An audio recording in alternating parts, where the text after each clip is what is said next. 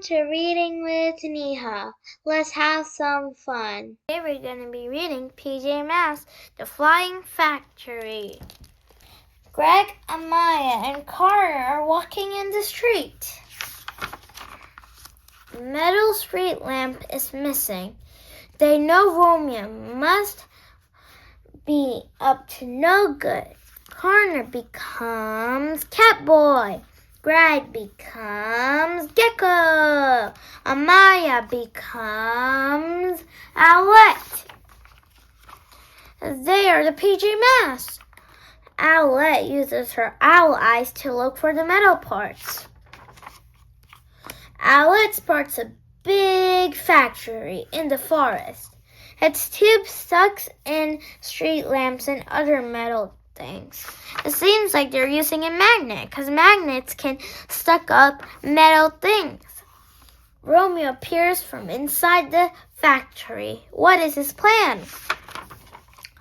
Many robots guard the factory. They look just like PJ Robo. Owlette has an idea. PJ Robo can dress up and spy on Romeo. Will the plan work? PJ Robo enters the factory. This is PJ Robo. He sees a large control room.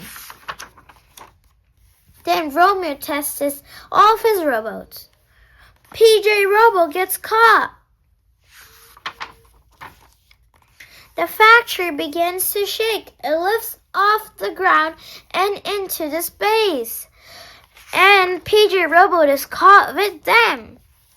Leaping lizards, Gecko says. That is a flying factory. It's getting away, yells Catboy. Romeo's using the metal parts from the city for his flying factory. The factory is releasing big clouds of junk. They spread over the city.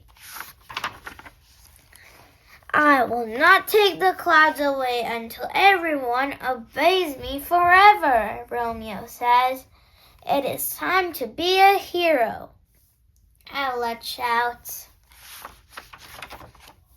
Owlette saves PJ Robo. Gecko distracts Romeo and his robots. Owlette changes the controls. The tube starts to roll. He sucks in all the clouds. The sky is clear again. The PJMask has defeated Romeo and his flying factory. The PJMask all shout hooray, 'cause in the night they saved the sea and the sky.